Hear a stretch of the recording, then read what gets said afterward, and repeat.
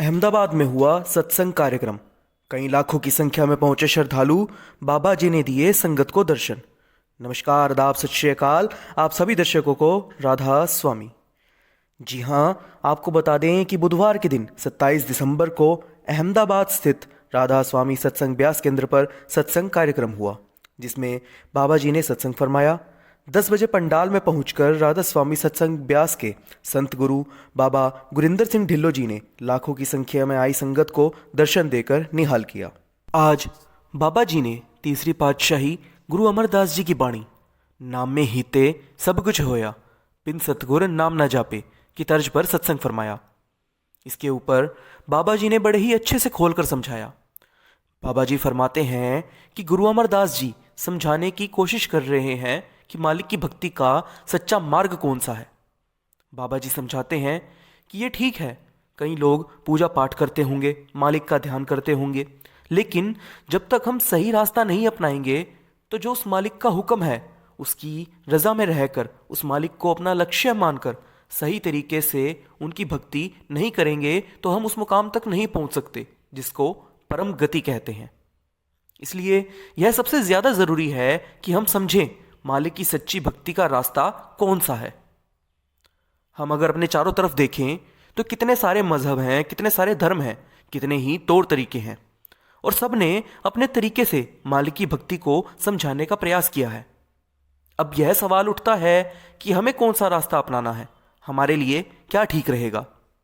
अब बाबा जी समझाते हैं कि भक्ति की एक बाहरी अवस्था होती है और एक अंदरूनी अवस्था होती है।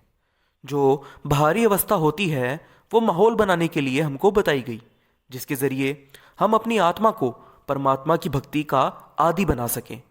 और जो असल रूहानियत का रास्ता है वो हमारे अंदर से ही शुरू होता है, वो हमारे अंदर का ही मार्ग है। वह किसी धर्म का, किसी मजहब का अलग नहीं है।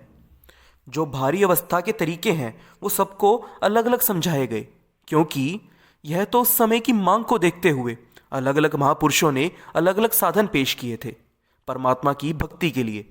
क्योंकि जैसे हर देश में अनेकों लोग अनेकों भाषाएं बोलते हैं, लेकिन हर किसी को अपनी भाषा के सिवा दूसरी भाषा समझ नहीं आती, वैसे ही अध्यात्म को समझने की सोच भी सबकी अलग अलग थी।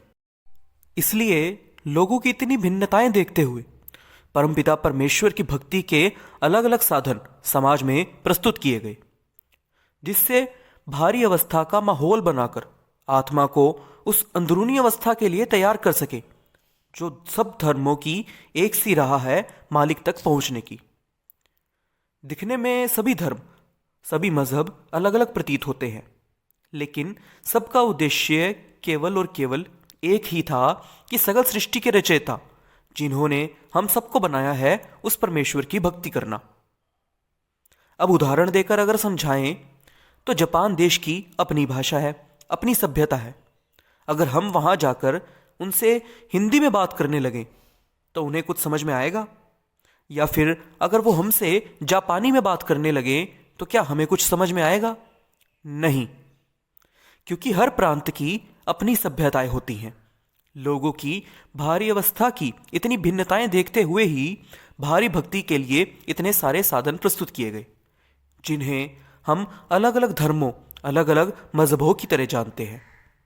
और हम इस भारी अवस्था को ही सच्चा मार्ग समझ बैठते हैं और इसी में फंसकर रह जाते हैं, जबकि यह तो सिर्फ एक शुरुआत होती है, एक अभ्यास होता है परमात्मा की भक्ति के सच्चे मार्ग पर चलने का।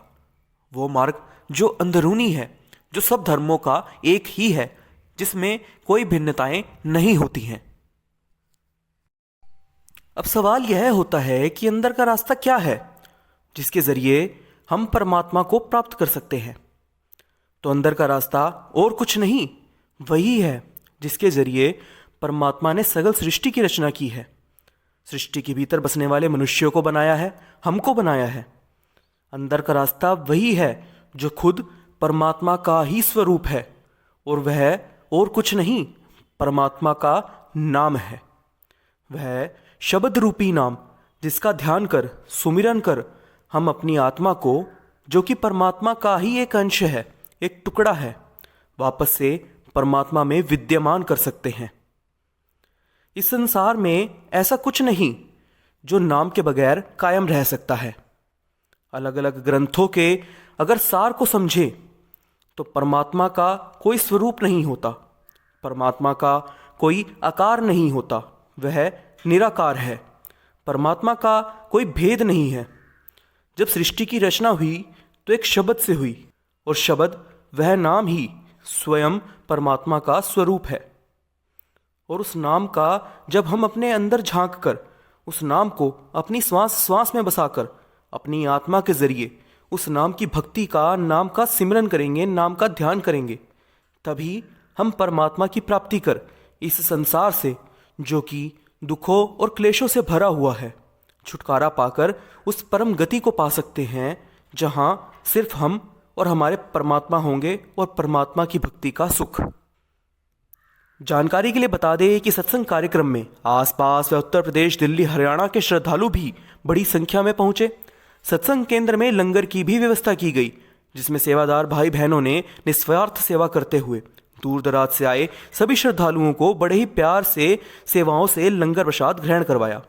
वहीं सेवादार भाइयों ने अपनी यातायात की व्यवस्थाओं को भी खूब बखूबी निभाया।